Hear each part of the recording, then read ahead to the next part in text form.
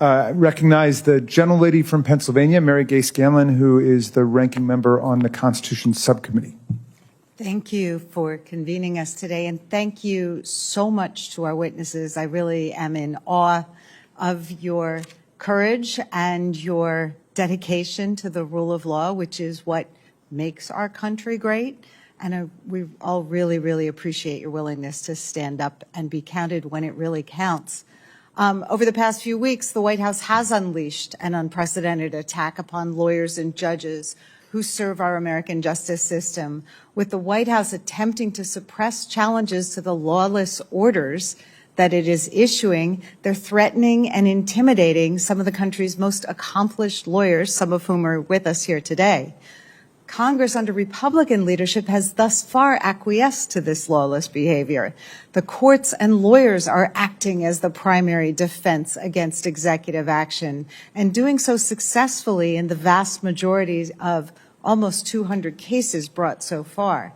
I want to focus on the orders and sanctions issued against private law firms, because that's the world I came out of.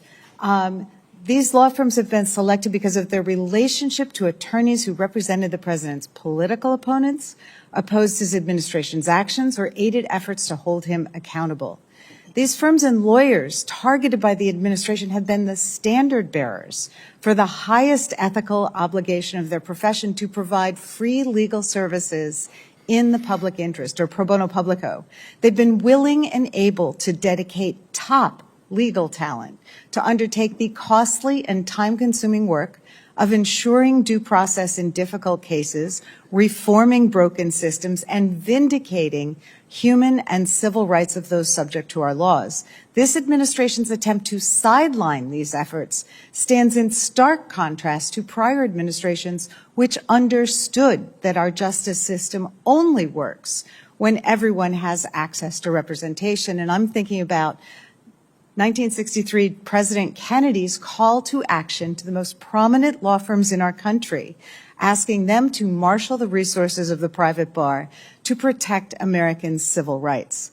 The Trump administration has chosen instead to undertake a grotesque attack on the fundamental right of access to justice. So while the action of targeting private law firms are designed to hurt those most at risk, those who can't afford a lawyer, and specifically those with the guts to stand up to this administration's blatant violations of the Constitution, due process, and civil and human rights. Now, we've seen the administration's campaign begin to achieve its purpose, intimidating lawyers who might represent those challenging its actions. Some law firms targeted by the White House have settled with the White House. Others that have regularly participated in this kind of class action and other work in the past are declining to do so.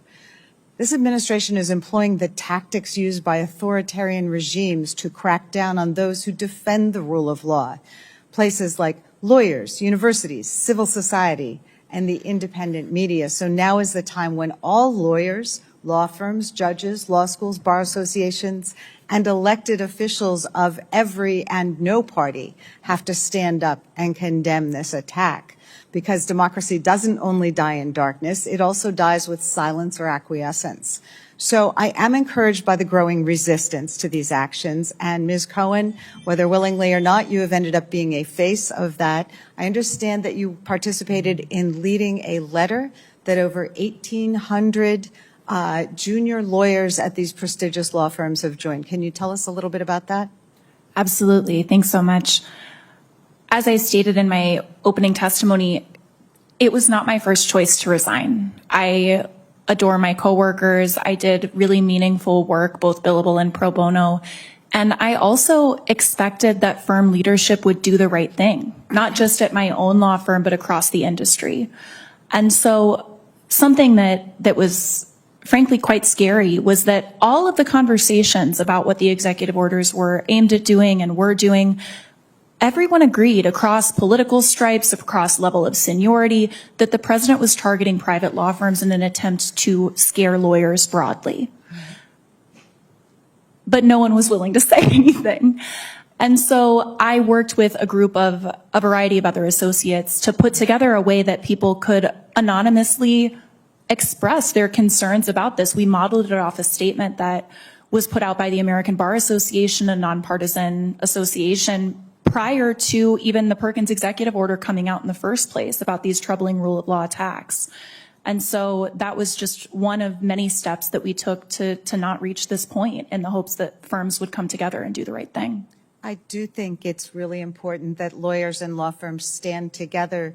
I mean, after all, it is through having a rules-based order that many of these law firms have been able to be so successful, and the erosion here affects everybody. So thank you. I yield back.